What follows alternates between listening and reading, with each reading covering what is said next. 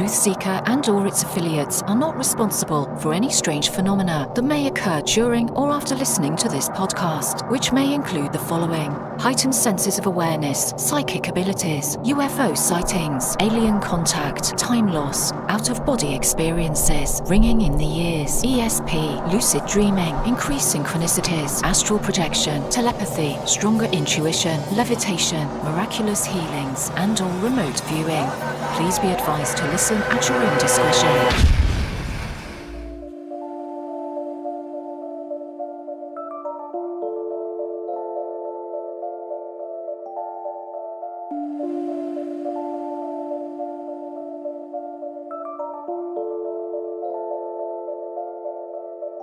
Won't you come and take me away?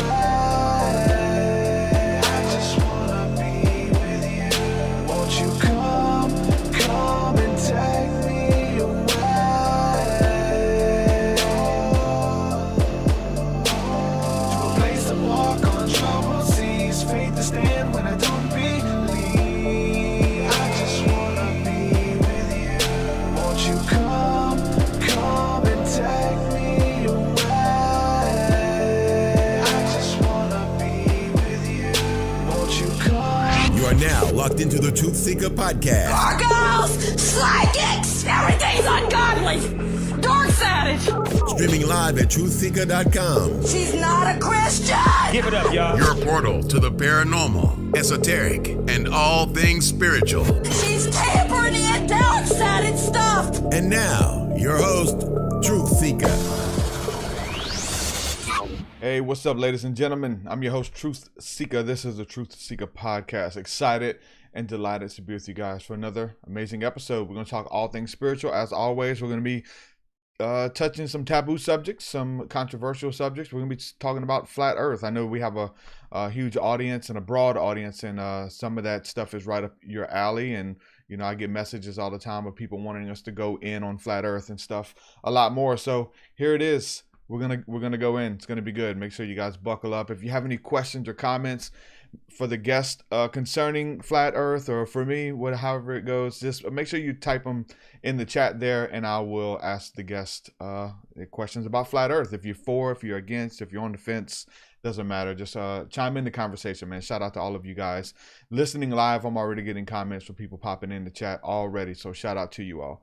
I want to say a huge thank you to everybody supporting my work via Patreon. This is a listener-supported, listener-funded show. Doesn't exist without your help. So thank you from the bottom of my heart for believing in the work and helping me bring this to the masses, and you guys being co-creators with this beautiful and great work, man. It really means a lot to me. If you'd like to support, go to patreon.com/TruthSeekah. There you get access to my entire discography of music, behind the scenes stuff, all that cool stuff, Thursday Night School of the Mystics, and a bunch of other cool stuff.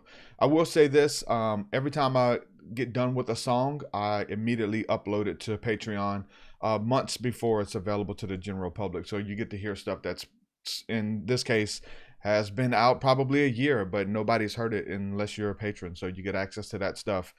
And what I do with Patreon when I get ready for an album, once all of those songs kind of stack up and they formulate an album, I release the album, and then it becomes available to the general public. But what I do is I take the names from all of the people who have been patrons, and your name will forever be in the artwork of the album. So if you want to have your name in the artwork, on the inside credits and the thank yous and all of that kind of stuff, make sure that you become a patron at any level of giving, and your name will be in the printed version of the CD when it comes out here within the next 2 or 3 months. So I'm almost done with my next project entitled White Magic. So if you want to get in on that and have your name in the album, make sure you become a patron at any level of giving, and you get access to the stuff that's already there anyway. So check that out. What else do we have? May 1st, we have a retreat coming up in Mobile, Alabama. It's our reset, refresh, and renew retreat. So we're going to head out to the woods and head out into nature. I'm going to be doing some breath work, cacao ceremony, kundalini yoga, and just building with you guys one-on-one as we tap into spirit. It's going to be good. I love everyone that we do, and been able to meet some really beautiful people who are a part of our community that we've been building online for years. but it's amazing whenever we can meet up in person. And so we're going to be doing a lot more of those as well. So May the 1st, the info is at TruthSeekah.com. I think we got 5 or 6 slots left, so make sure you go over there and check that out if you want to be a part of the next one for May 1st.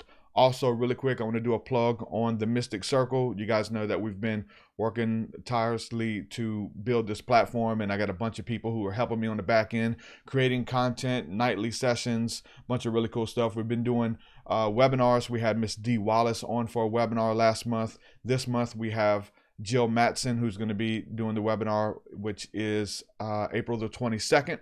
And so you get access to that and a bunch of other content that's available over there. I'm going to go ahead and play this quick clip promo for the Jill Matson event coming up on the 22nd. Check it out. Join Jill Matson for an amazing workshop on channeling heaven, angels, and divine beings that are here to assist you. Learn about the heavenly energies that are within your reach. Learn about stargates and how to use them to integrate bountiful higher dimensions. Experience the methods the ancient masters used to transform with star energies. Experience all of this and more in our upcoming webinar exclusively at the Mystic Circle. Join Jill Matson for an amazing workshop on channeling heaven. Register now at www.themysticcircle.net.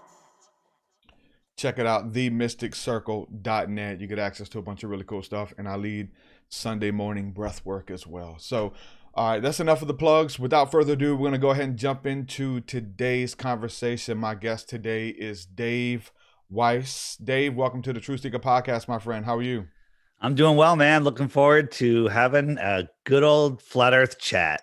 Hey, thanks for sharing out the link, man. Looks like you brought some of your audience over here as well. They're in the chat hanging out. It's always good to have supporters when you're trying to take somebody's ball away that doesn't know that the ball that they're clinging to for dear life doesn't exist. So it's good to have some support. Yeah, for sure, for sure. Like I said, man, when I get mixed comments, I had Santos Bonacci on early on, and before I even dove into it, and I would say this, it kind of scared me a little bit just to see like how polarizing it is to say, okay, I'm gonna stand behind flat earth, and so I seen for Santos, it like undid all of his other work. Like people like he lost validation for all of the other stuff that he'd been doing for years as soon as he mentioned flat earth. And to be honest with you, that kind of scared me to say, oh, scared wow, me too. I had the same thing. All the work I had done, I was like, I can't even mention flat earth. But Santos has embraced it. He's taken it to the next level. I mean, I love Santos's work. So, being truth seekers like yourself, we're open to new information. We are willing to change our minds based on new information. So, unlike Neil deGrasse Tyson, who says the science is settled, you're not allowed to question it. Yeah. Well, that should tell you something right there. Yeah, for sure. Just give a little bit of,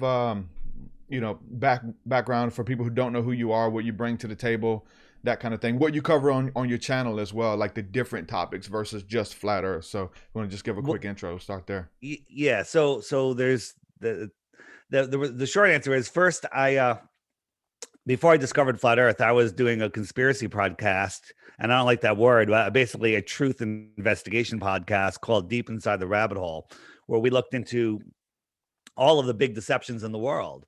And then flat earth kind of came to my awareness. I tried to, after laughing at it and then getting angry at people, I tried to debunk it. I tried to just prove the globe, and that's how you become a flat earther.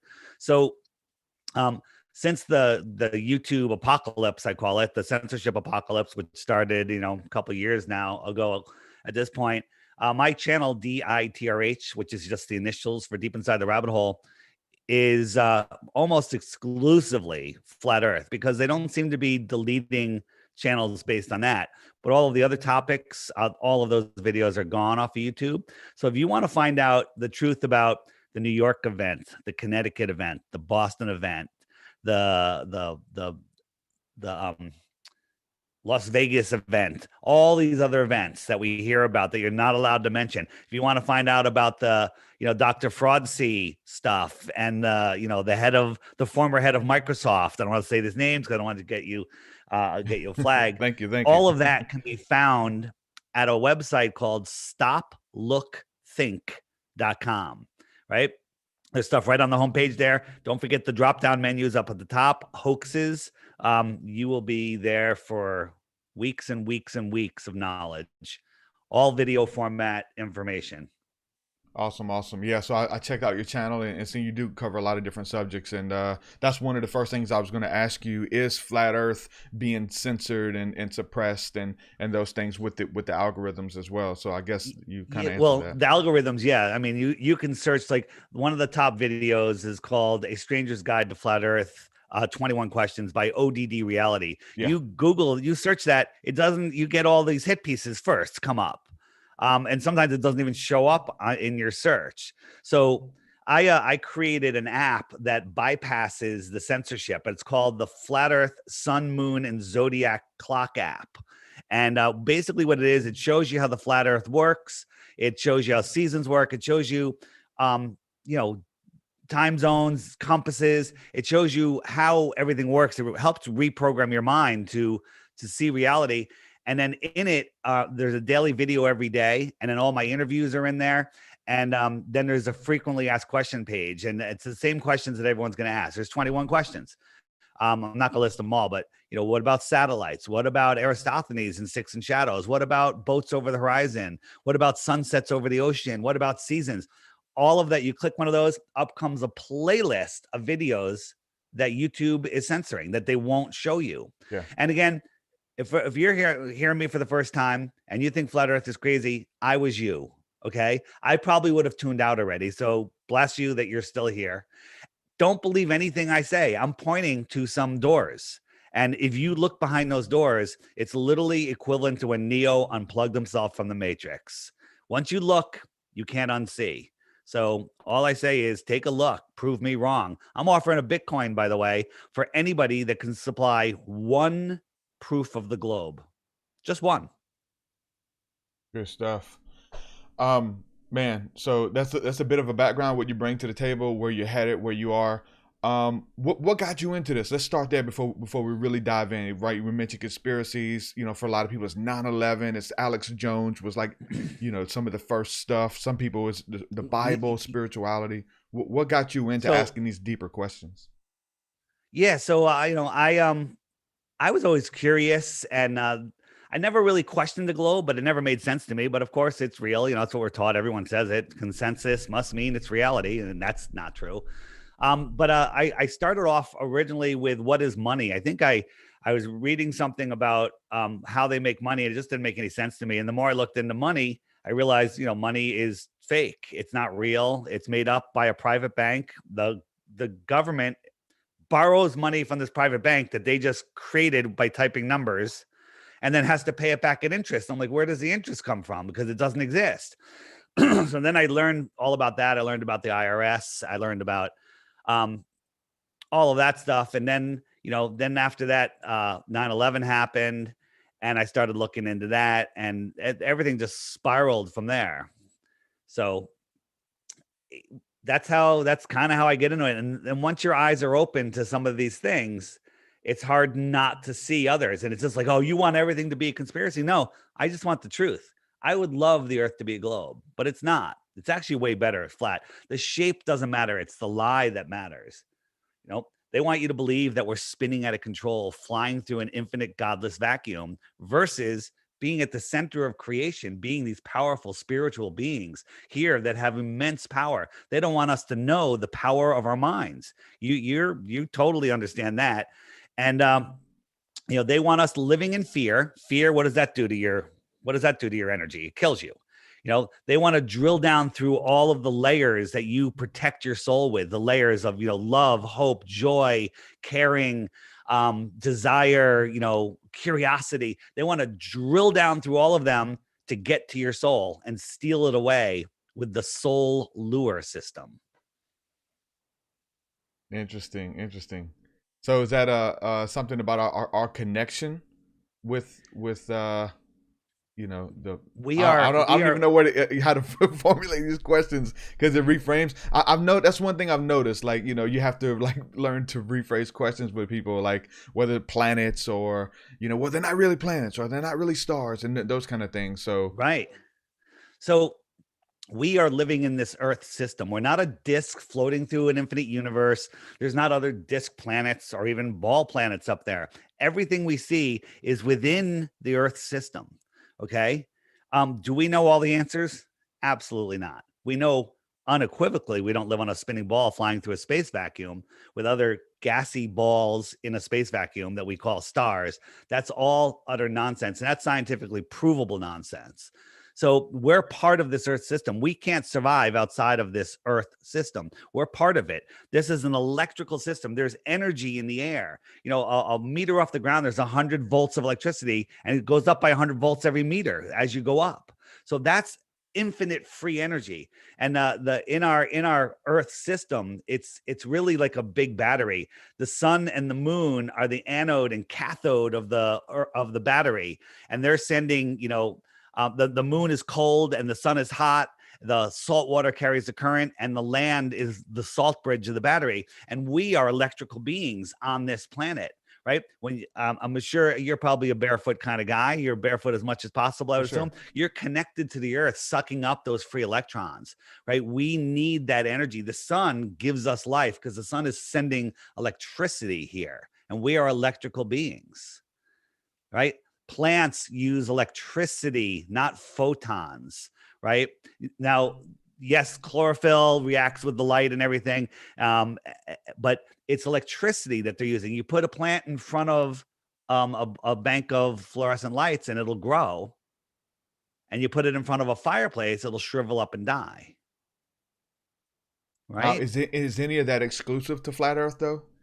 Well, you can say that, you know, I mean, in the heliocentric model, the gravity of this burning ball sun, we're going around it and we're in the Goldilocks zone. And just because we're tilted away a little bit causes our winter. Do you know that in the heliocentric model, that during our winter, hold on.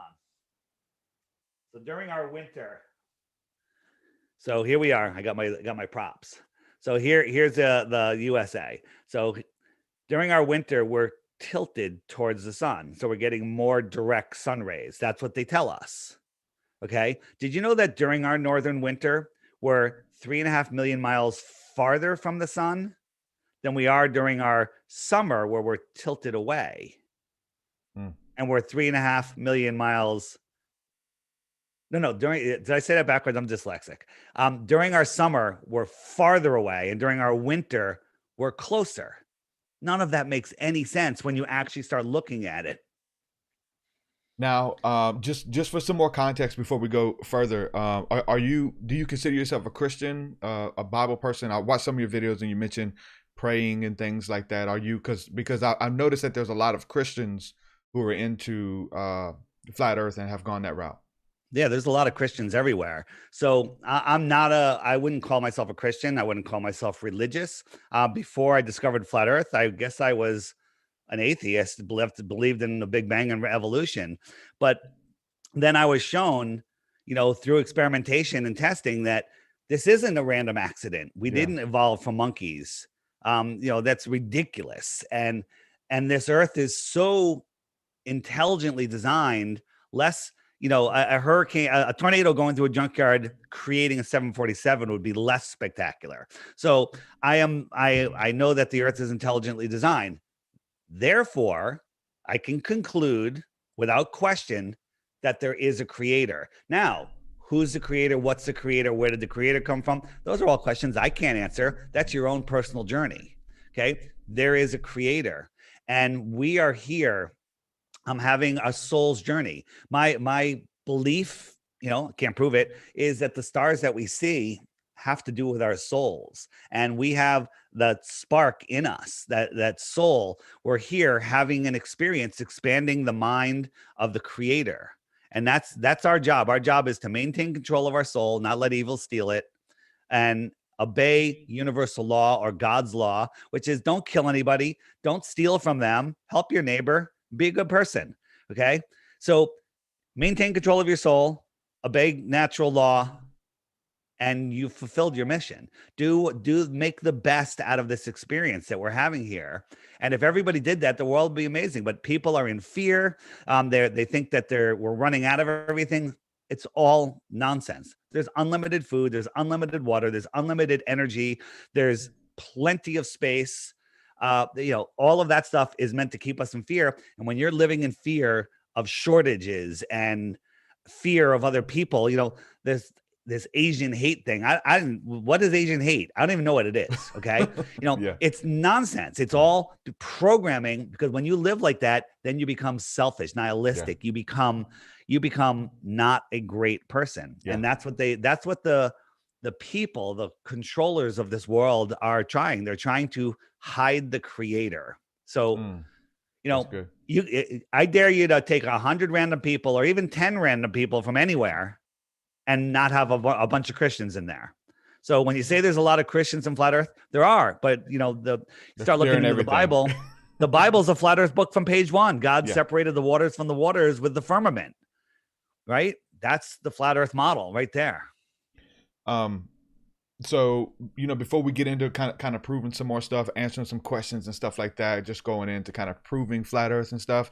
One of the biggest questions that I think most people would have is a simple question, one word question. Why?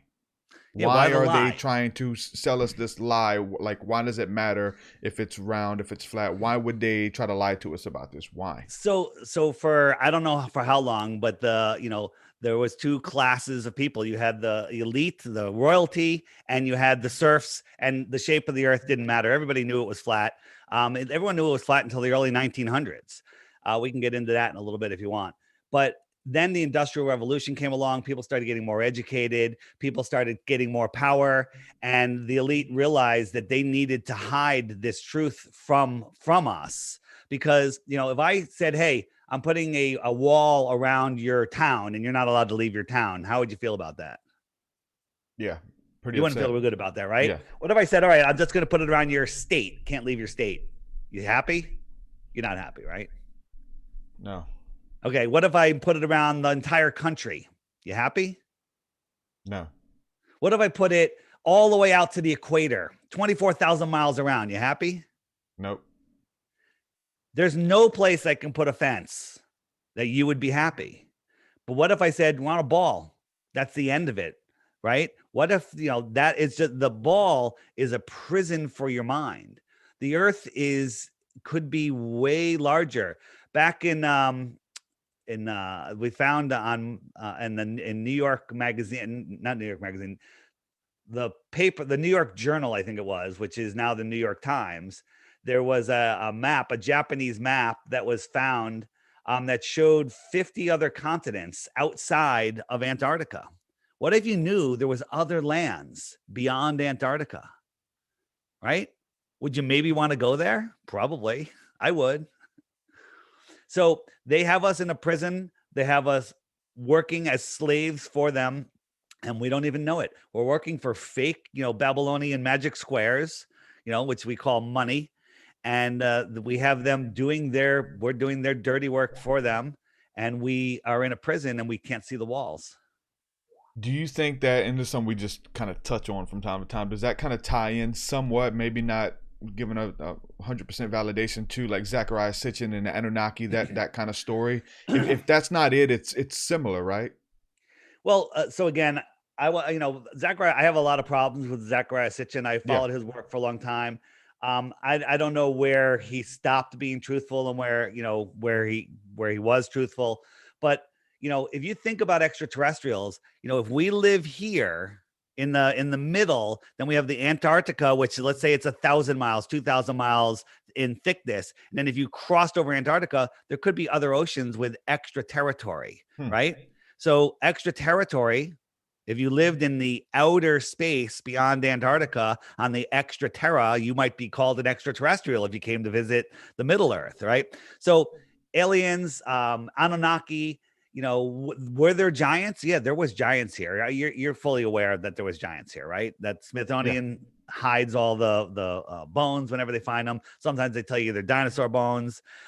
You go look at the buildings in Prague. They were all built for giants. Not all of them, but you can see that there's giant architecture here when giants lived here. So, I don't know what happened back then. I don't know. Did they mate with women? Did they change the sizes? Did somebody do genetic engineering? I don't know, but it all makes a hell of a lot more sense on a flat Earth. Think about this.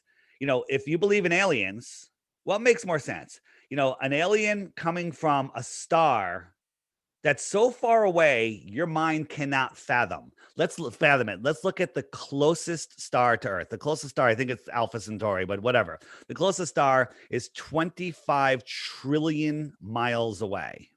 Okay? 25 trillion miles away. Do you know how long a trillion seconds is? Just so you can get a scale of what a trillion is. How long do you think a trillion seconds is? Man, I'd sound like a fool just guessing. I have no idea. Take a guess. If you guess it within a week, I'll give you a Bitcoin.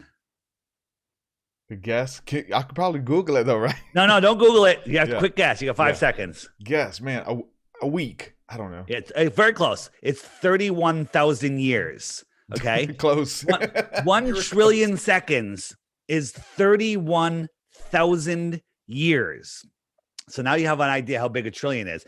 The closest star is 25 trillion miles away. Our sun, if it was a mile, excuse me, if it was a mile over your head, it would look like this when you look up at the sky, right? It would cover the entire sky, horizon to horizon. If we move the sun 93 million miles away, it would reduce in size to the size that we see it, which is the size of maybe a nickel held at arm's length.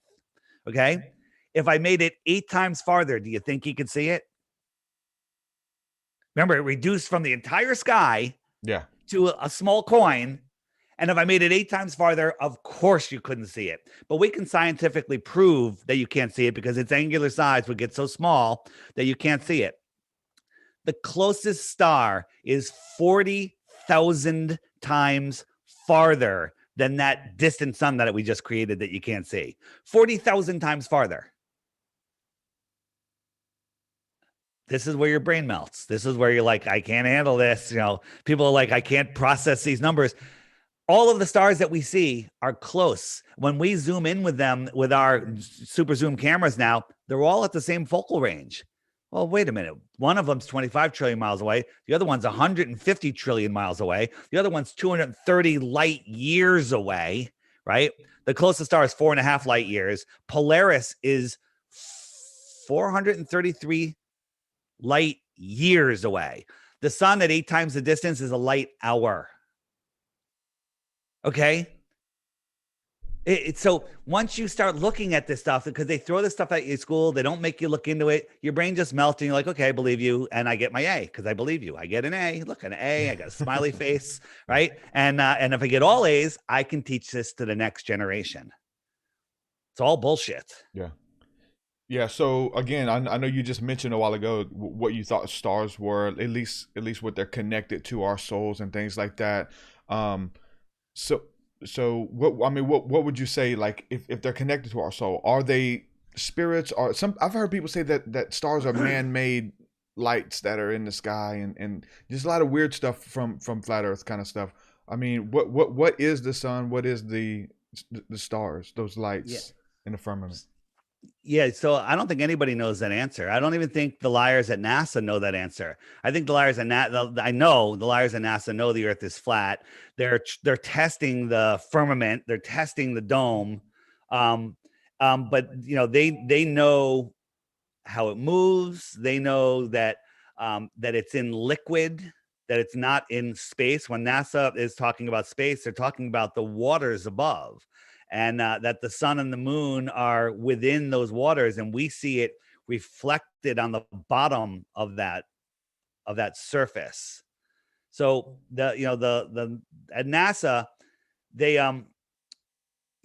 these are the operations that when they discovered. So I told you in the early 1900s they were still teaching flat Earth here in public schools, right? So then they decided to hide this from everybody. In 1946.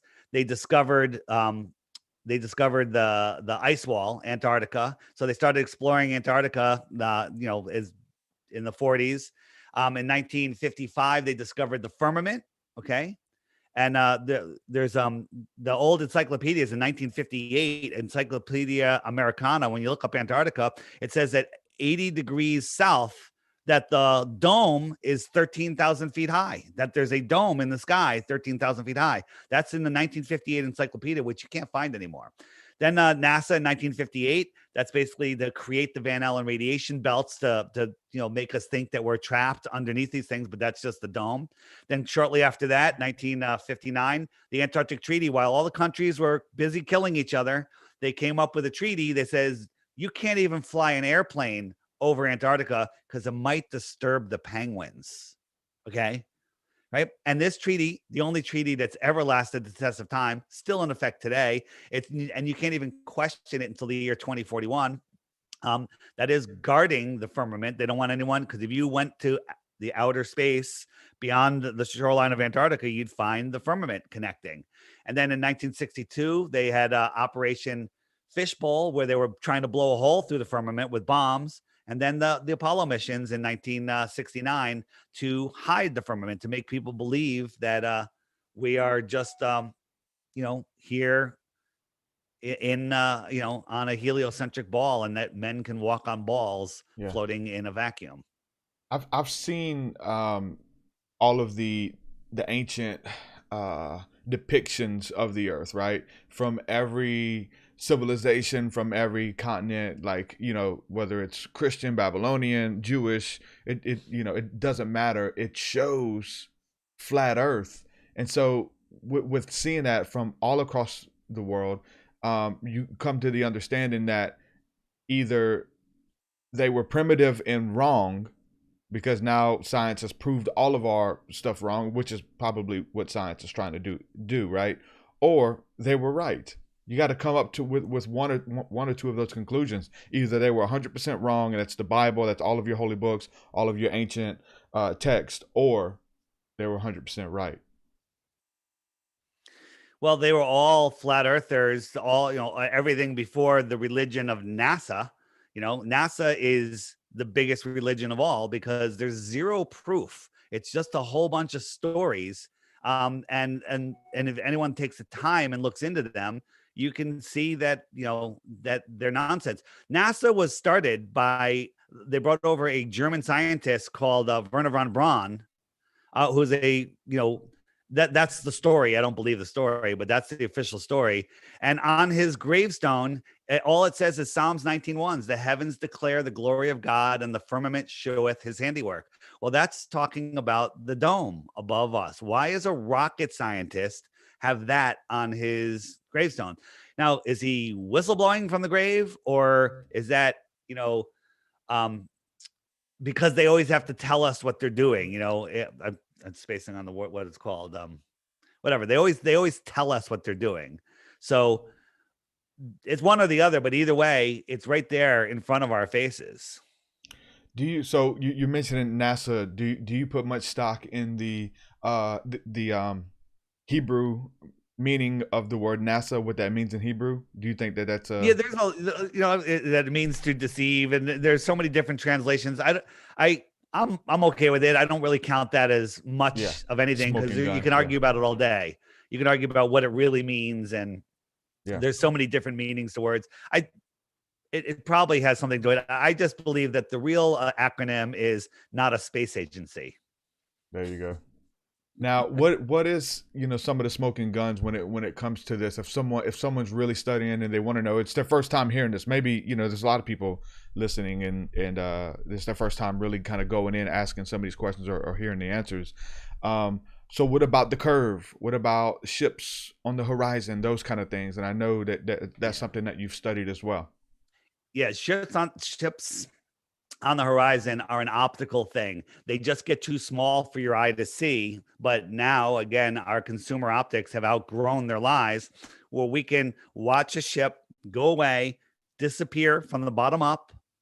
It's gone, and then we can zoom in and we can bring it back into view again. That proves that we're not on a globe. It just shows that it's an optical thing with your eyes. There's also, there's places that we can see too far.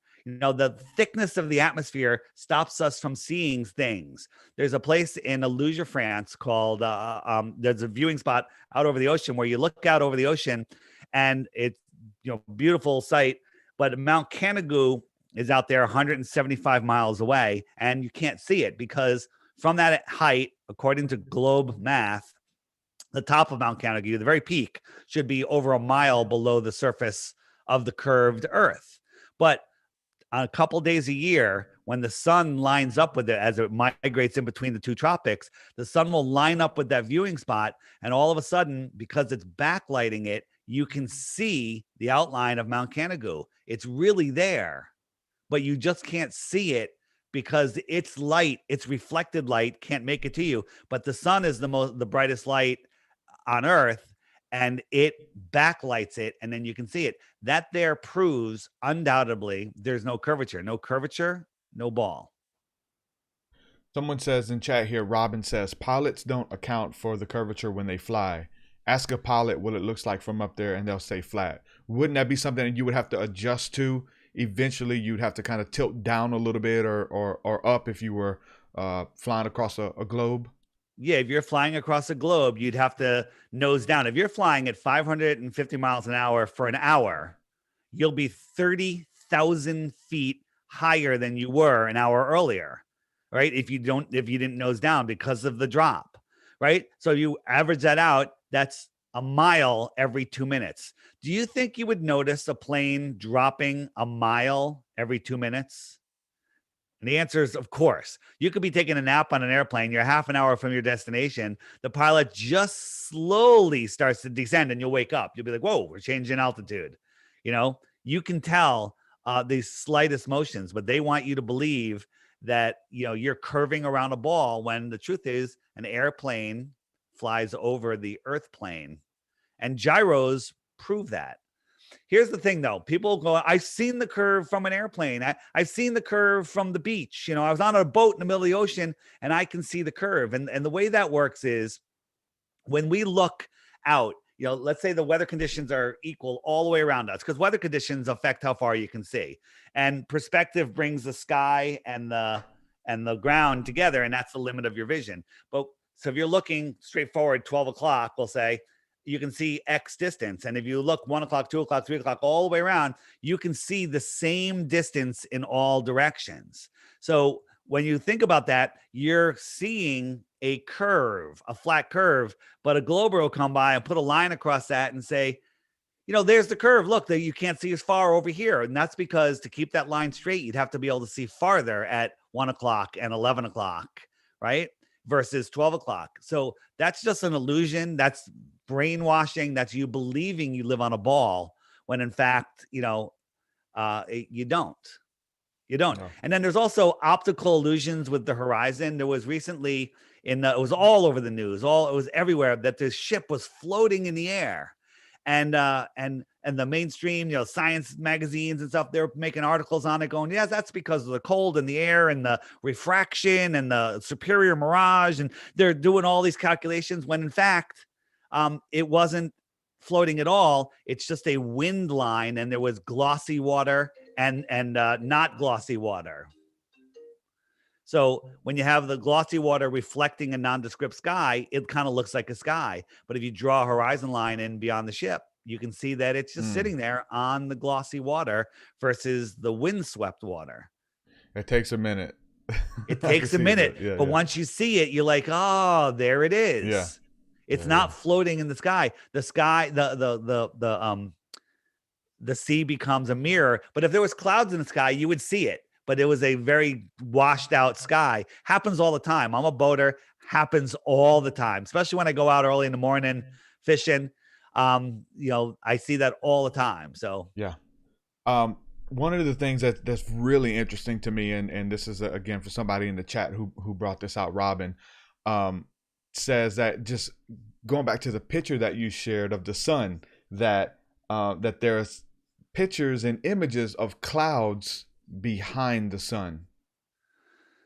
Yeah, so that there's I don't have, you know what, I gotta add that to my repertoire here, but there's some pictures and videos, and I have it on the Flat Earth, Sun, Moon, and Zodiac clock app under Where Does the Sun Go? You can see that the sun is in between the clouds. That makes no sense. Yeah. Almost makes no sense on a flat Earth. Also, it makes no sense on a heliocentric Earth. But the thing is, the sun, we see it in a position relative to our own position. It's not like looking at if like you and I were outside and we're 50 yards apart and we both see a tree. We could triangulate that tree. I know how far I am from you, and I could I could see the angle to that tree, and you could see the angle, and we could calculate where that tree is using some sound math, right? But what if we were looking at a reflection of that tree, like where the tree was behind us and we're looking at a giant mirror in front of us? We'd both see the tree in a different position in that mirror. So we no longer could triangulate it. So depending on, certain days on the atmosphere, how the sun is resolving into our world, where you are, you might see the sun where there are some clouds also. There's really compelling stuff. The optics of the sky are no way to prove the shape of the earth, but it is definitely very interesting. Like, I don't say, look up at the lights in your ceiling and tell me what shape your floor is. Yeah. No, that's very interesting, and I think very compelling evidence when you're looking at the sun and then you see these clouds pass behind it and clouds pass in front of it. Is like, hold on, that sun, whatever that is in between clouds. Now, do you think that is a ball or is that a disc? No, I don't think it's either. I think it's a focus point of energy. You ever play with a magnifying glass when you're a kid? Probably burn some anthills with it. You make that little point of light. If you lift the glass up a little higher, the point of light's no longer there, but that point of light is still there. It's just in the air. So think of the dome as the magnifying glass, and the sun, the source of the sun is above that, and it's being projected and focused into that point in the sky. So the real sun moves around within the waters above, and it's projecting its focus through the lens of the firmament into our reality. And it's definitely not going down. It goes around, and it clearly goes around. Sunsets prove flat Earth. In the Flat Earth, Sun, Moon, and Zodiac clock app, you can just look up what about sunsets. And there's great videos there that Google will hide from you. They won't serve them to you. So they're all there in the app. So how does the sunset work? Can you just explain just a little bit more? Yeah, so the sun circles around the Earth plane, over the Earth plane. It circles in smaller circles or going around the center in our northern summer, and then it goes into wider circles in our northern winter. So it circles around, and then the way it sets is literally due to perspective. So as the sun goes away, it looks like it's dropping behind a cloud, but it's just perspective. And then the clouds look like they're dropping, 20, 30 miles away. The clouds look like they're touching the water, and the ones that are touching the water, which aren't really, the sun just goes beyond it. Just getting further away. See it anymore. It's getting further and further away. It's just going further and further away. Like, so when you look at clouds over your head, they're 10,000 feet over your head, whatever they are. And then you have that cloud deck, and you look out over the water where you can see those clouds 20, 30 miles away. They look like they're touching the water, but you know that they're really 10,000 feet in the air. Okay. So those clouds in the distance look like they're at eye level, but they're really at 10,000 feet. So that 10,000 foot horizon is over your head. And as the sun just goes beyond it, it just looks like it sets below it. But in reality, the sun is just going beyond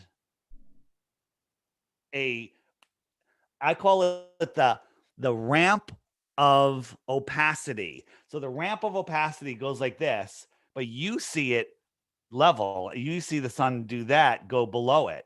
Okay. And that ramp of opacity, what do I mean by the ramp of opacity?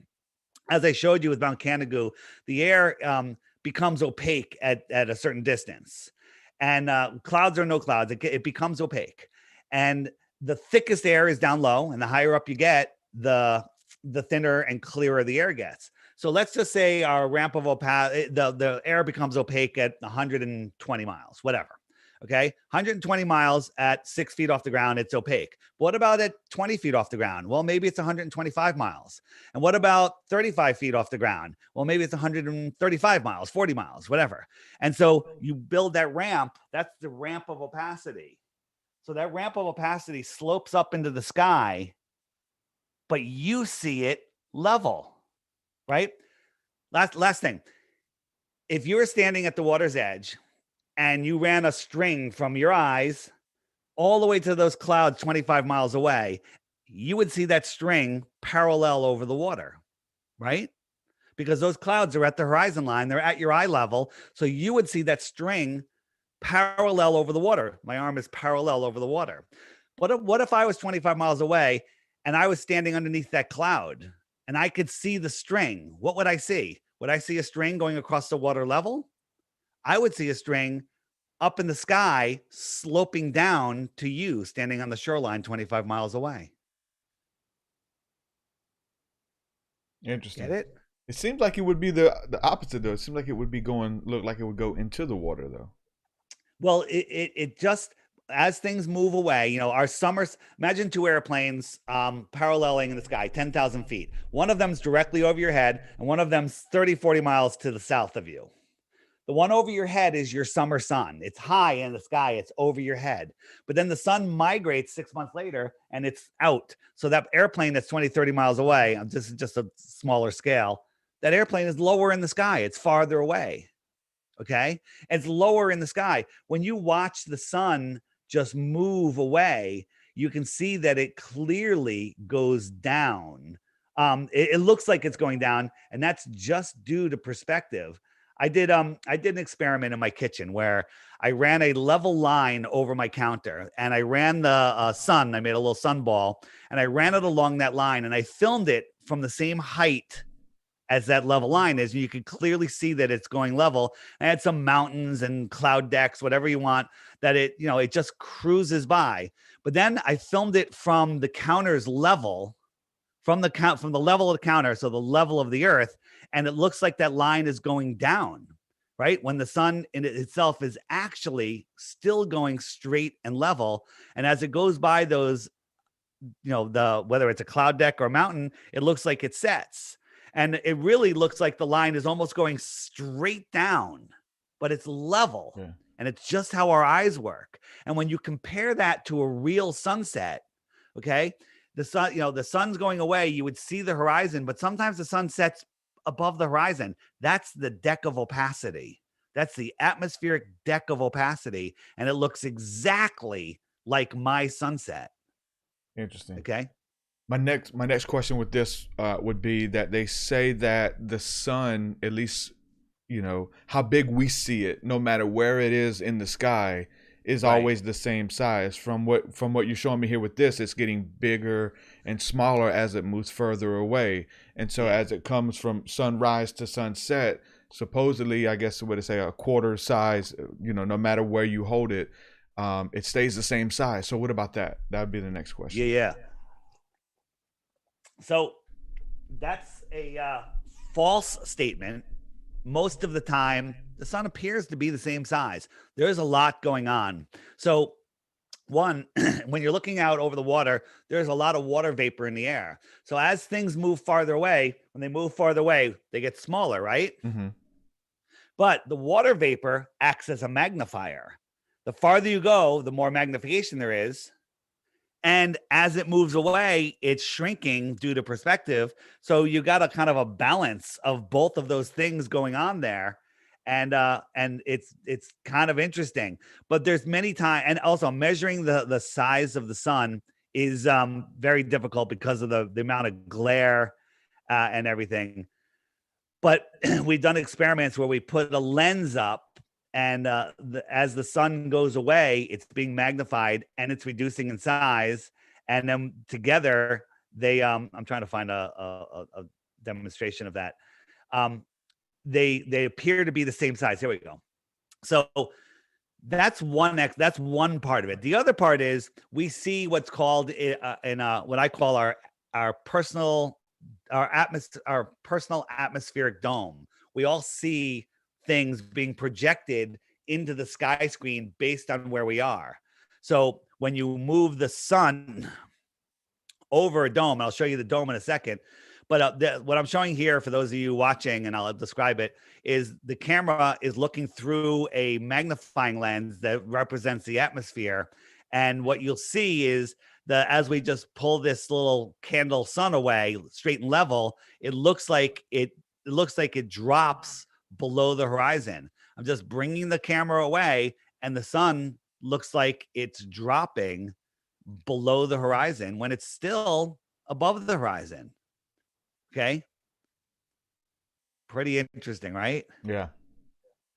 So the other thing is when people say the sun remains the same size, well, that's nonsense. Depending on where you're seeing the sun, you can see that it just stops and it gets smaller and smaller. And in depending on the viewing conditions, your location, the time of year, if the Earth was a spinning ball, the sun should just go down, down, down, down, down. It should keep on going down, but it doesn't. And sometimes it'll shrink down to a tiny little dot.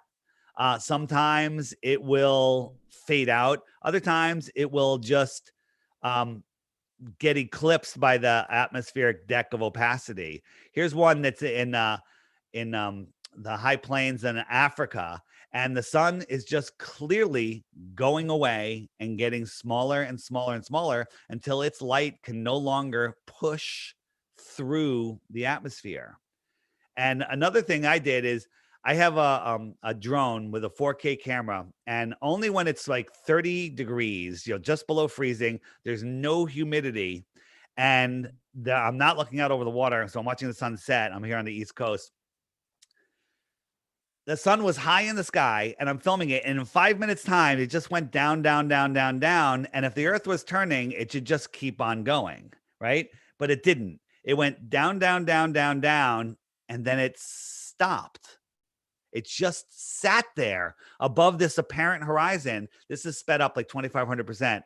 And then it just faded away into the thickness. It's still there. I'll show it again right here. It just fades away. It never goes down. It just shows you that light can't travel forever. It just goes out of viewing range. I filmed this 7 times. They're on the app, Where Does the Sun Go? And you can see sun fade outs, sun shrinkings, sun's clearly going across the land. So saying that the sun doesn't change size is a false argument. Okay. Yeah, because I clearly saw it in some of those videos. That was very interesting. And the Africa one, where it just got smaller, smaller to just became a pinhole, even. Really interesting. Wait, one more comment on that. Go ahead. Now, there's people that will film with their P900 camera over the ocean, and they'll see a beautiful sunset, look like, what you think you would see on a globe. But that has to do, excuse me, that has to do with, again, the distortion. The atmospheric deck of opacity is really happening very close to what you appear to be the horizon. It becomes your new horizon. And again, it's just going beyond it. And they think that it's literally dropping down below a ball, and it's not. It's just going beyond it. And again, when I did the sun fade out, my friends were at the beach watching the sunset. They saw the sunset from the bottom up 10 minutes while I was still filming it fading out. So that's fascinating. Yeah. Good stuff, man. And the visuals really help. For those of you who are listening to this podcast, I definitely recommend going to the YouTube and watching, because it's got videos playing behind them that really help with the visuals. Yeah. So, and for anybody listening who has questions, make sure you post your questions in the comment section in the chat. I'm watching. If you have any questions for David, make sure you post those now, and I'll try my best to get those. Somebody says flat Earth is not a CIA psyop. That's correct. The fact that they say flat Earth is a psyop is the psyop, right? Flat Earth is the globe is a prison for your mind. Interesting. Okay. I was starting to get to feel confident about this, but then it kind of blew me with the light, or the real sun, or the hidden sun, many different names, that is beyond the firmament, and we're only seeing a reflection of it in our like under the dome. That kind of blew my mind. I've never heard that. Like, I've heard a lot. I've never heard that You one. want? I could show you. I know you have a lot of audio listeners, but I could show you a video, and I'll describe what's going on that will blow your mind. Let's do it. You want to do it? Okay. So, let me share my screen here. Share screen. So this is my Flat Earth app, and again, the sun. Let me just show you real quick. The sun circles around in the app. So if you're in you can see my mouse. If you're in the middle here, the middle is the Arctic, right? Right? Yeah. If you're standing in the middle, it's the Arctic. I'm not going to ask you questions. So you see the sun is circling around. What is the sun doing? It's arcing over me, right? Right? If I'm standing in the middle, yeah, and I'm watching the sun go around, it's arcing around me. Sounds accurate? Mm-hmm. What if I was out here beyond on the shore of Antarctica? What's the sun doing? Is it arcing around me, or is it anti-arcing around me? It's not going around me. It's anti-arcing away from me.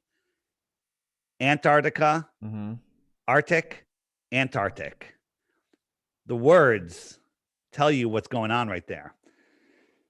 Interesting.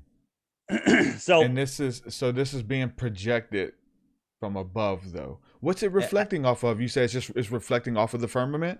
It's into reflecting a single point through the firmament. Again, anything above our heads, we don't know. Yeah. We can only speculate. So take anything that I'm talking about that's above as high as we can reach, or beyond the shoreline of Antarctica, take it with a grain of salt. We're trying to figure it out. There's plenty that we can do here. But so if I hit the question mark and up comes the frequently asked questions, I hit eclipses, up comes a playlist. And this is an eclipse that was filmed. Excuse me.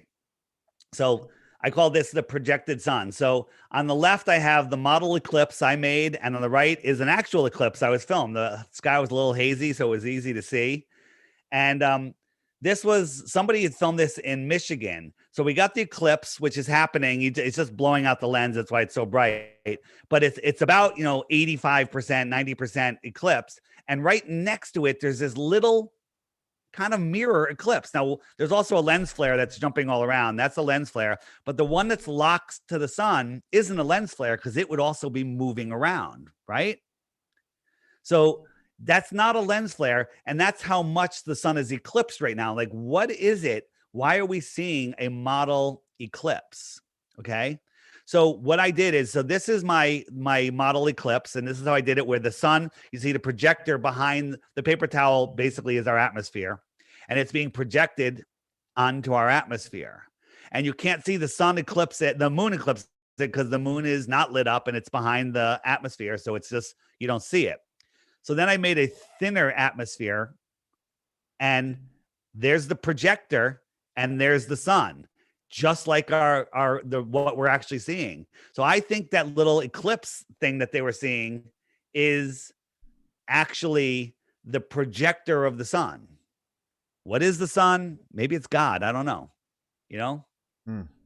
Interesting. So could I'm trying to see. So could the stars be the same light? Like, there's this light that we would call God that is projecting through, and the biggest part of it is the sun, and then maybe lesser gods would be stars. I know some traditions believe something similar to that. That's all interesting. All of the wandering stars are named after demigods, and the sun, you can make a lot of references to the SUN in the sky being the same as the SON. Like, if you and I were standing at the beach watching the sunset, you would see the sun in a different position than I would see it, because you're 50 yards to the right, so you'd see it 50 yards to the right, and then the sun would have a glare walking across the top of the water that comes right to your feet, and I couldn't see the sun that the glare that you see, and you couldn't see the sun walking on the water at my feet. So I could say that you're having a personal relationship with the sun as it walks on the water. Yeah. Okay. The sun brings us light. The sun is our savior. Without the sun, we'd all be dead. Yeah. The sun gives us energy. Sun feeds us, warms our hearts. I mean, there's so many analogies. And then there's a lot of you'd also look at scriptures this. about God. You'd also look The at the Lord is a sun. sun and a shield. It goes all the way out to the Tropic of Capricorn where it dies. And then 3 days later, it rises on the 21st. Yeah. It dies and rises on the 25th. Okay. So I don't know. Maybe these are analogies. Now, so Christians, relax.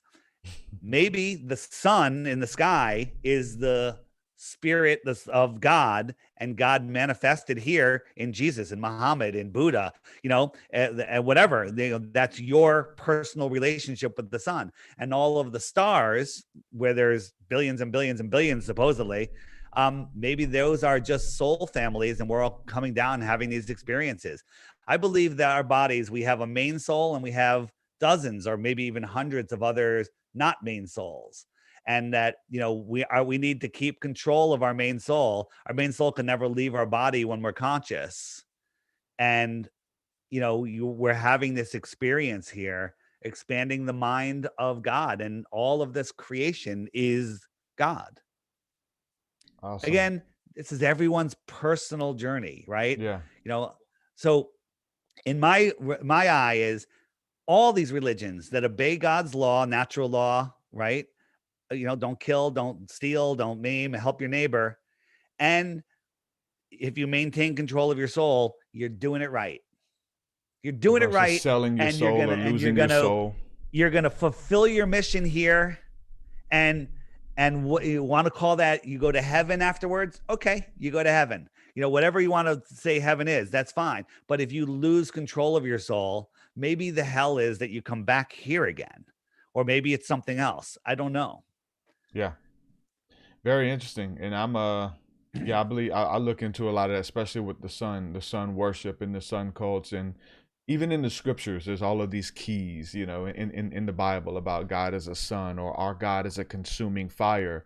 And you can't even look at it, right? It talk about, like, you can't even see God and live, like stare at the sun for more than 4 seconds and at noon and see what happens.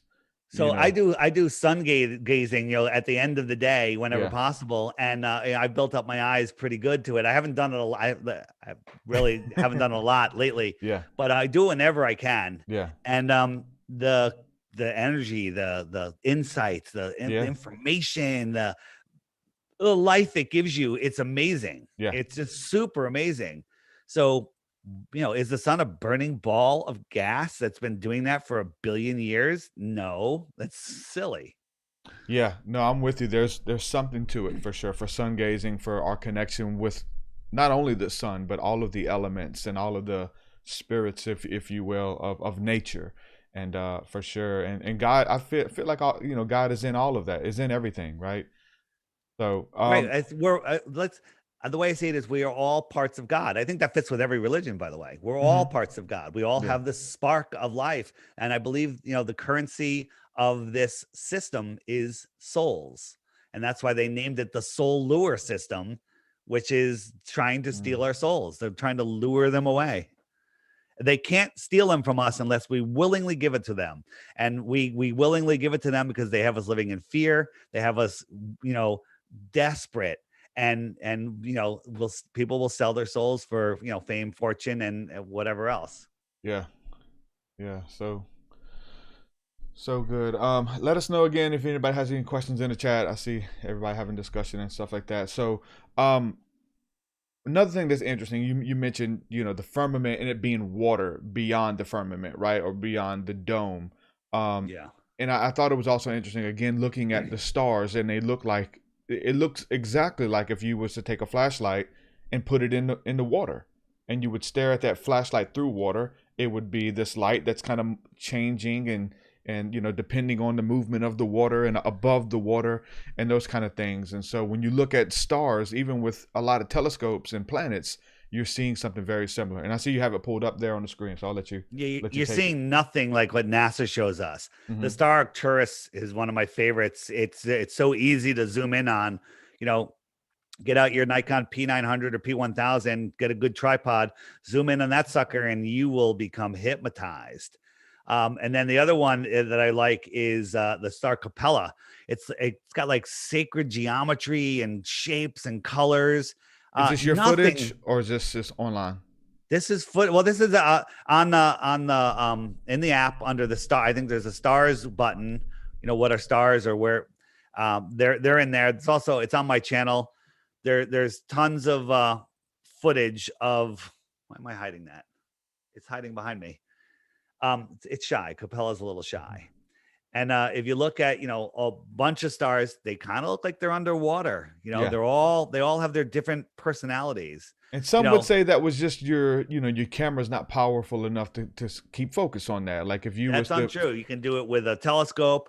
And some of the people say they're out of focus. Yeah, some of them are out of focus. It's hard to focus on something that's not physical. But it doesn't matter. Seeing things out of focus sometimes shows you things that you need to see. Versus NASA, NASA shows us all of these planets, these worlds that people live on. But when anyone, takes a super zoom camera or a telescope and looks at them, they look nothing like that. When you look at Mars, Mars again, Mars kind of looks just like those stars. It's a pulsing orb of light. Makes no sense. You go out and look at Mars at nighttime just with your naked eye. It's brighter than any other star when it's out. Okay. How is a dusty, dirty orange ball of dirt reflect a distant sun? The sun, when you go out on Mars, look at the sun, it's like a BB held up at arm's length, not a coin, because it's farther away. How does that little sun light up Mars and reflect it back to Earth brighter than a star? Yeah. I'm with it. Very, very interesting. And I'm sold, man. I people are asking me, I see in the comments, TruthSeekah, you a flat earther? I'm pretty sold, man. Like here's the thing. You don't have to be a flat earther. You have to be, the ball is absolutely ridiculous. I'm not sure what this place is, but it sure measures and tests flat. Yeah. Maybe, could the Earth, I don't think it's possible. I think it's essentially flat. I mean, gun to my head, flat, right? In a second. It's one of those things, though. You have to know this. And people say, like, it's almost like meeting a Christian or meeting a vegan. Like, how do you know they're vegan? Because they told you. Right. Some people that's all they talk about. They're sold. It's brand new. I understand. Like when I became a Christian, that's all I would tell you. I'm pulling you over and stopping cars in traffic. Hey, do you know who loves you? You're like really exuberant about it. And that's kind of a fear for anybody to like, I don't want to be one of those people, even though like I do believe flat earth, but I don't want to be here's quote the thing. Unquote flat earth, Yeah. Belief is the enemy of knowing. You don't have to believe in flat earth. You can know it's flat. You can test it. Mm-hmm. It's something that's provable. One of the proofs is the Georgia Guidestones. You're familiar with the Georgia Guidestones, right? They basically have the New World Order marching plans on them. But there's a little hole in one of them. Okay. Remember, the earth is spinning, whirling, twirling, and, going in 4 directions at once. There's this little hole. And when you look through it, do a little time lapse, all the stars circle around that hole, and the North Star is in that hole. It's been up for over 40 years. We're corkscrewing through space, trillions of miles in 4 different directions at once, turning at all different times, and somehow the North Star never moves from that little hole. Really? Never. That's interesting. No, that's impossible on the helio-nonsensical model, right? It hasn't moved. Why would they have a proof of the flat Earth on this stone that basically is supposed to be used after the Earth's population drops down to 500 million? Okay. Yeah, we're definitely connected to the stars, and just like talking about the sun, like, and they're trying to cut us off. They would even give us the religion to cut you, to appease you or whatever, so that you wouldn't remember who you are and your connection with the stars and with the elements and with those kind of things, which is really interesting what they're trying to do. Let's hit one more and then maybe we can wrap it up. All right. So this is one of my favorites. So Buenos Aires, major city in South America, and Perth, Australia. A lot of people want to go there. And I'm showing the direct route would just be over Antarctica, or even you could, if you don't want to go over Antarctica, because We don't want to disturb the penguins. Remember, we can't disturb the penguins. It could affect their migration patterns by a airplane at 50,000 feet going over. Being sarcastic. That would be the shortest route. Okay. But that's not how airplanes go. Check out the routes. If you want to go from there, you fly up to United States, to Houston, to LA. That's 2 stops. To Sydney, 3 stops, and then cut over to Perth. Or you go from Buenos Aires all the way over to Europe, and then all the way down to, what does that one say? Can't see it. Singapore? Singapore and then Perth. That's how they go. Does that make any sense to you? If you're looking at a flat Earth map, what you're looking at, it makes perfect sense, right? But if the Earth was a globe, they would just take the route straight across the bottom. But you can't go straight across the bottom because it doesn't exist, right? Perth and where was it? I'm spacing on the name. South America and Australia are at opposite ends of the world pond, right? So that's why they take those crazy routes. They don't just cut across the ball. You can't do that because the Earth is flat. It's very simple. Interesting. Wow. David, I appreciate this talk, man. I've really enjoyed it. I've learned a lot, and I enjoy your work and your presentation with it. Thanks. As well. It really helps to see the visuals, man. Thank you so much for coming on. Yeah, no problem. And listen, if you Google Flat Earth, you're going to end up at the Flat Earth Society. You're going to end up with all of these hit pieces by Byman Dan and Not Professor Dave and Big Think and all of these propaganda, gaslighting nonsense. And if you watch them, wanting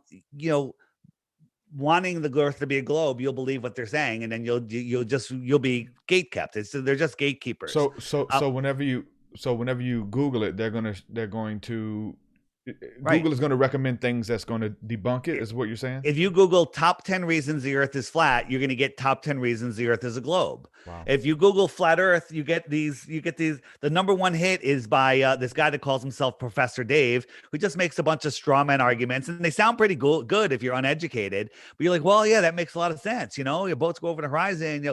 Just nonsense. And he talks about how the sun, the moon, the sun and the moon are the same size at all times. So that's not true.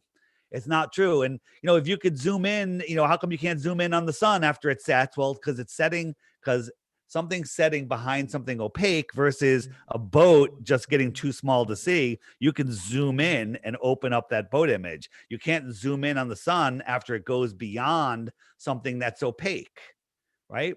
Once you go beyond something that's opaque, you can't zoom in again. So that's what you're going to end up at if you search that. The app, the Flat Earth, Sun, Moon, and Zodiac Clock app, it's available on Android. You have to have an 8.0 operating system or higher and an iPhone 6 or better. It's $3. Read the reviews. You'll see that it's worth it. And again, if you ever buy yourself a coffee or a beer, 20 minutes later, you piss that down the toilet, the app you have for the rest of your life. Okay. So, the reviews basically say it's the best app I've ever bought, best $3 I've ever spent, and I'd pay $30 for this app. What they mean by that, they'd spend $130 on the app. I think they just left off the one. So if we type in Flat Earth on the App Store, it'll come up one of the first ones. It should come up, Flat Earth, Sun, Moon, and Zodiac Clock app, but you have to make sure it's by Blue Water Bay. The Globe Trolls have already made on the Android platform one by the same name. I believe it's free, but if you download that one, feel free. You're just not going to learn anything, and don't send me an email telling me my app sucks because it's not my app, right? And the app does a ton more stuff. It's got a great, weather application in it that it gives you dark sky weather, which I believe you have to pay for, as on your phone. So that alone is worth the price. And then what else does it do? It does a whole bunch of other things. It has other topics on there: mud floods, Tataria. It shows you how the seasons work. Let me show you real quick one thing just for your viewing audience. And I've added a new feature called where'd it go? I added a new feature which is images, and I just upgraded it to include memes, not memes, GIFs. So here's the app, right? If you click the web button, up come tons of other resources. Your interview, for example, will be right up on the under where is it? Where it says interviews. I'll add your interview to there, so all my interviews are in there. Upcoming April 22nd, the movie Level is coming out. Keep an eye out for that. It's going to be a unbelievable blockbuster, flat Earth prover, globe destroyer. You want to learn about the mud floods? Got that stuff down there. I got playlists in different languages. I have all sorts of stuff. Like it shows you how a compass works on a flat Earth, where east and west are circles. They're not straight lines. And that's how you can go east out of New York and end up back in New York without ever changing your direction. But if you hit the images button, you get all these images. So if you're talking flat Earth with somebody, you can pull up images. And I've added GIFs, so you can actually have little animations when you're talking to somebody, how ridiculous the ball is. There's one. I'm looking for more GIFs. If anybody has, hey, this will be a great GIF, shoot me an email, info at the Flat Earth Podcast. Send me what you think would be good images or GIFs, and I could add them. You know, people say, you don't believe we went to the moon? And I say, do you believe that's a spaceship? Does that look like a spaceship to you? It looks like a 5th grade project, made out of paper mache, tinfoil, and tape. So again, tons of information in here, tons of fun stuff. And again, every day there's a daily video. Click that up, and there's your beginning of your flat Earth journey. Another button is it shows you the current wind charts. Remember how they showed us that the weather patterns, the jet streams make these huge sine wave? Mm-hmm. These are the actual wind patterns. These are the actual wind patterns of the Earth. So if you leave South America, you fly up into this pattern, you get this nice 200-mile-an-hour tailwind, and then you continue over to Australia. And that's how they do it. That's one way they do it. So there you go. It does the Flat Earth Sun, Moon, and Zodiac clock app. If you want to learn about where you live and who you are.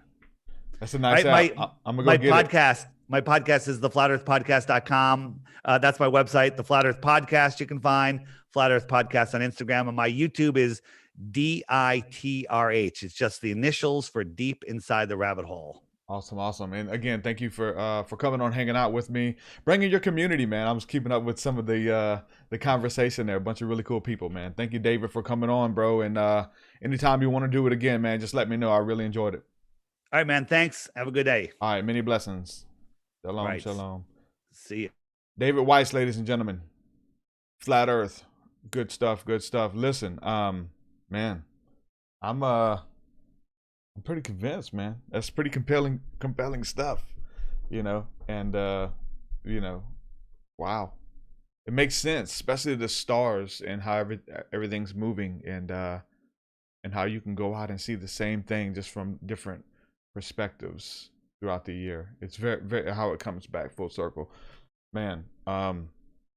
Again, I think, I've always talked about it, like, just diving into and letting that be like your message or whatever. Like, you really got to commit, whether it's to proving or disproving or whatever the case is. And so if you're called to that, do it, man. David did a really good job at what he does. And that's not the only thing that he brings to the table, which is cool too.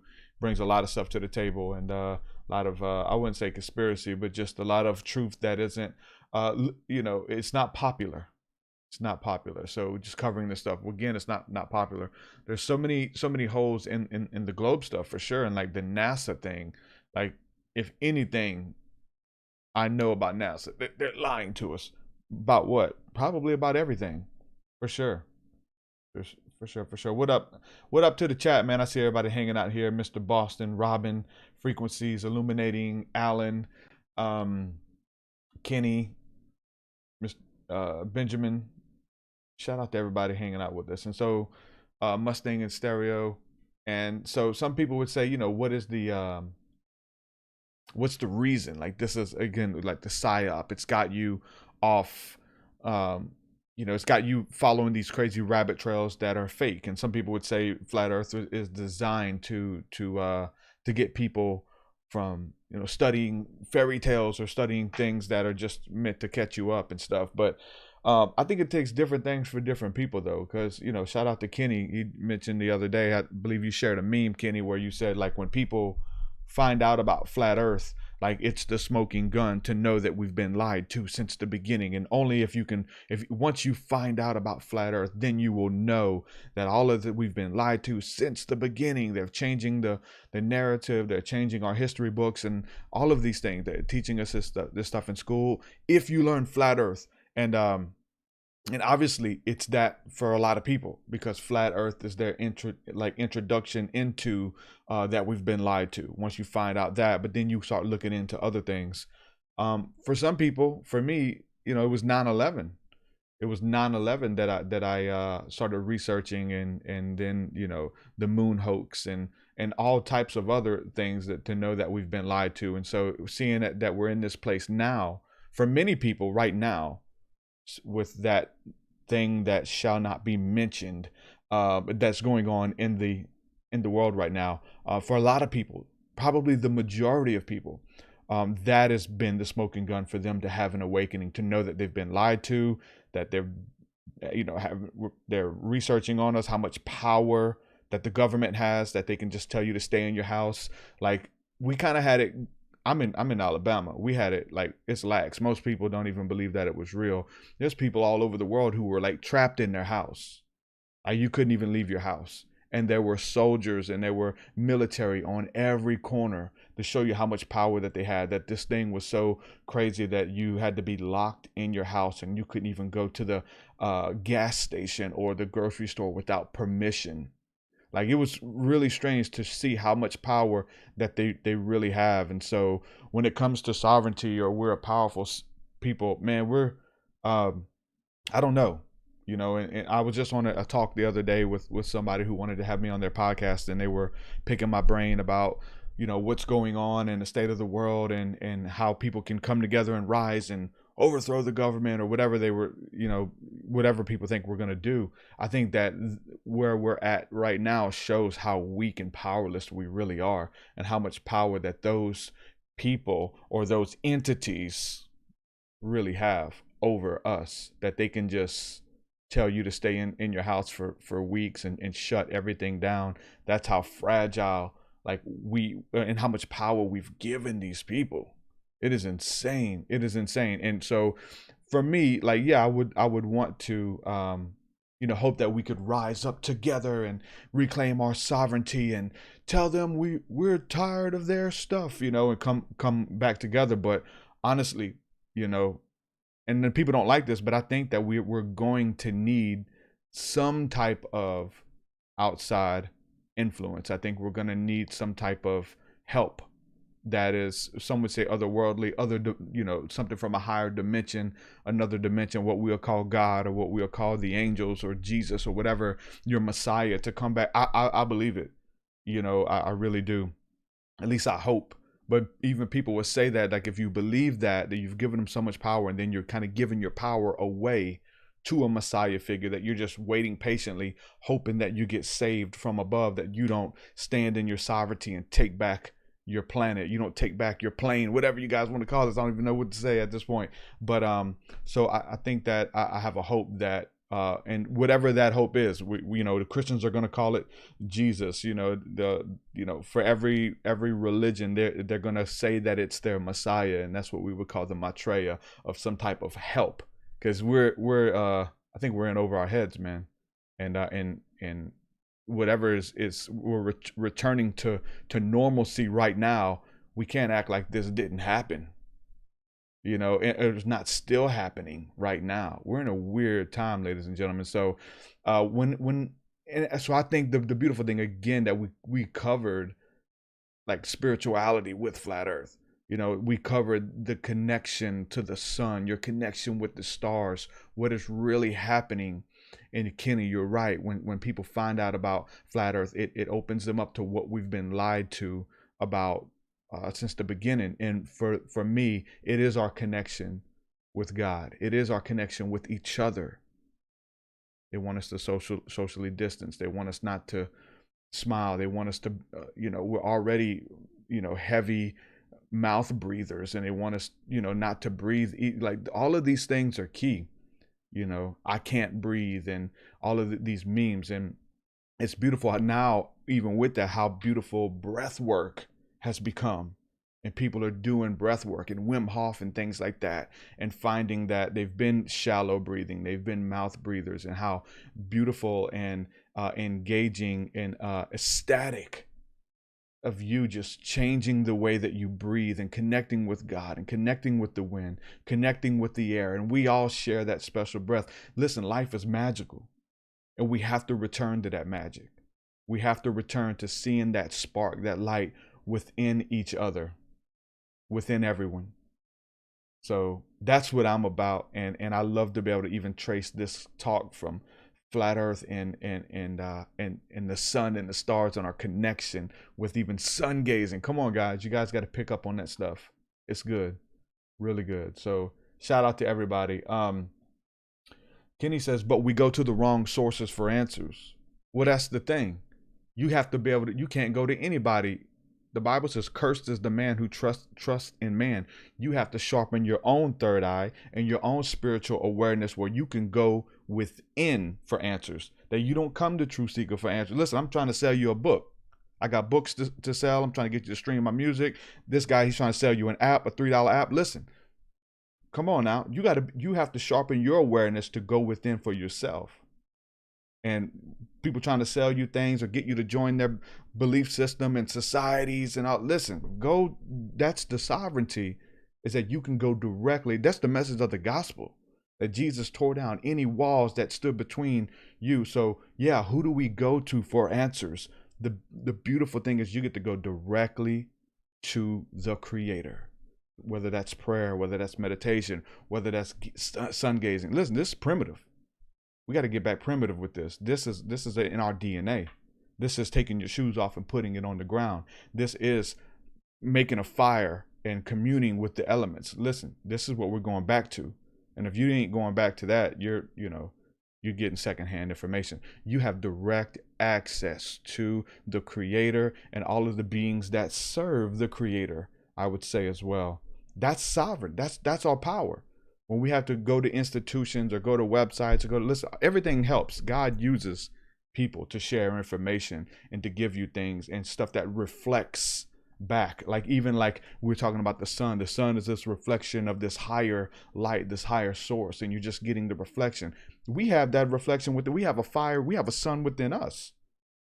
Every person has a light within them that is a reflection of the Creator. The book of John says that Christ lighteth every man that cometh into the world.